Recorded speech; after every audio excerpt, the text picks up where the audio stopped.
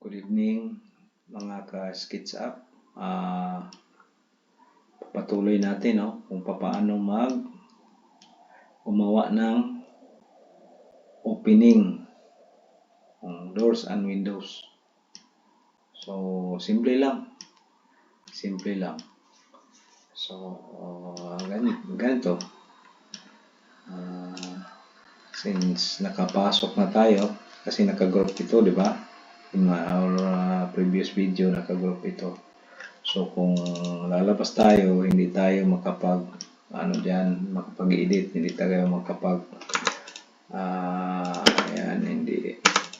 hindi mabutasan kasi hindi tayo nakapasok. So, ang gawin natin, double click para makapasok tayo. Ayan. Magagawa lang tayo ng mga reference natin. So, click nyo to. Gagawa tayo ng opening dito, pintuan. So, nasa 210 yung height. Tapos, mula dito sa wall, 1.5. Tapos, mula sa 1.5, main door usually 90 or 1 meter.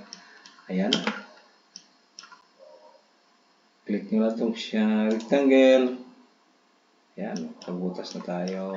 Tama ba yung gawa natin? Parang hindi. Bakit? Ano problema?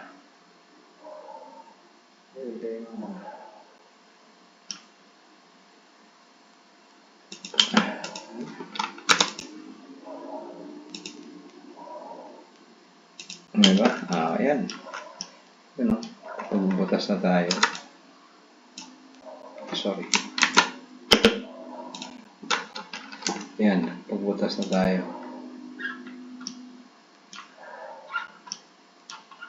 Ayan. Ano yan?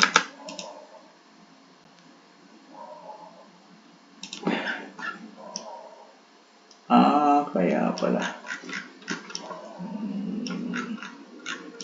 Okay. Ito pala ang problema natin. Ito natin Yan balik natin. 210.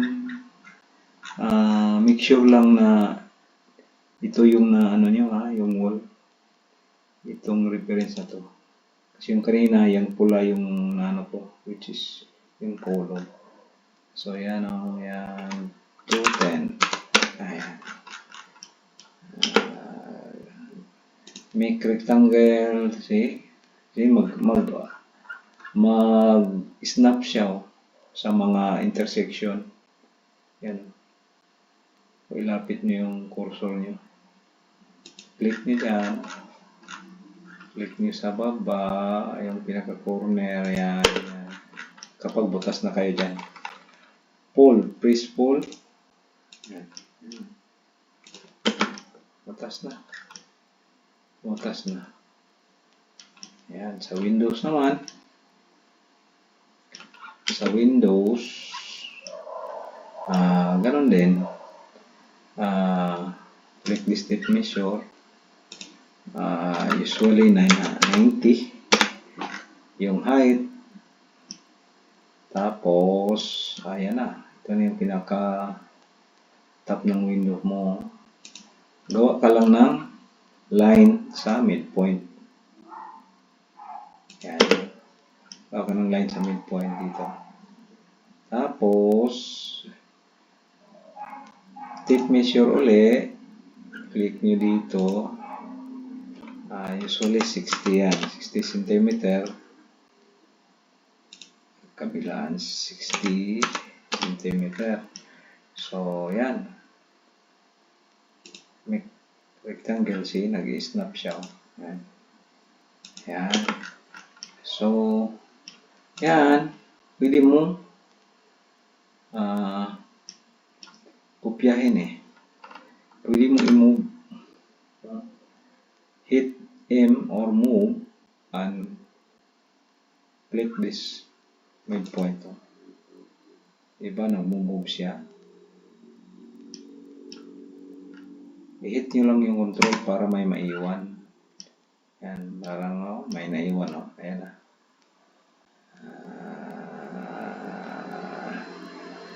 Yan. Click nyo dito sa midpoint niya. Ayan. Di ba selected pa rin siya? Selected pa rin siya. Huwag kayong gumalaw ng ibang command. Huwag kayong ang gawin nyo dito is i-rotate nyo. Ito. Click nyo yung rotate. Kasi naka-highlight siya. Click nyo yung rotate. Dapat ano siya sa plane. Yan. Dito ka sa midpoint din. Midpoint ka first reference mo. Origin mo. Click mo. Tapos mag-click ka ng second point. Dapat straight or naka-align sa unang point mo. So yan o. Yan o. Type mo lang yung 90. Ayan. Diba? Without entering any other command, since naka-highlight siya, pwede kang mag-press pull diretso. Click mo lang to. Babalik ka dito and then click. And then pwede ka mag-enter ng 15 or click mo yung dito. Endpoint ng on the other side of your wall. Click mo, butas na yan. Butas na yan. So, dito, click mo siya, kasi naiwan mo Click mo siya, tapos, click push pull, double click nyo lang kaagad. Kasi, di ba, maalala pa niya yung thickness na ginawa mo dito. Just double click, butas na yan. Ayan o. Ayan. Butas na. Kung nagkaganyan na kayo, may nangyari ng ganyan, at nakaligtaan yung gumawa ng opening dito, pwede ring gumawa kayo uli ng para mas madali. Huwag na yung magawa ka pa dito. Hindi na. Dito ka na lang gumawa. Dito. Yan. Rectangle yan. Select mo. Square, yes. Kopyahin mo lang yan by using move. Hit move. And select mo dito sa midpoint. Diba midpoint? Midpoint din dito. Kung saan mo lalagay. So, para may maiwan, hit mo yung control. Ayan o. I-click mo dito. Ayan. So, ganun din. Andyan ka na. Since na-select na siya, highlighted, click mo yung press pull para malala niya yung ano mo. Double click mo lang kaagad. Butas na yan. Double click mo to. Kaagad o. By moving your mouse, parang pinapakita niya kung saan yung i-push pull mo. So dito, hindi yan. Kasi hindi yan i-push pull natin. No? Yan. Pag ganyan na yung ano mo, yung itsura ng object mo, double click mo lang. Butas na yan. Bakit? May problema tayo dito. Ano yan? Ayan. Double click mo lang. Ayan. So, ulitin ko dito. Halimbawa, gagawa tayo dito ng dalawang window. Dalawang window. So, para ma-refresh lang tayo. Click mo the pressure. 900, 90. Yes, tapos 120. Yes. Tapos, gawa ka ng linya. Nagaroon lang. Ito ay replace lang. So, tape measure naman. 60. Yan. So, gawa ka na. Yan o. Mag-snap siya sa intersection. So, yan. So, immediately, since parehas or pag may midpoint, pwede mong kopyahin to, di ba? Kung parehas man ang dimension or nasa gitna yung pintuan mo,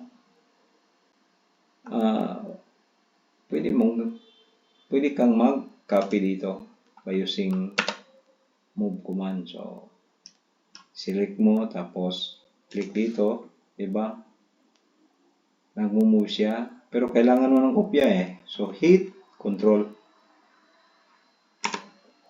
para may maiwan. And then, click at midpoint. So, since selected na siya, click mo yung push-pull,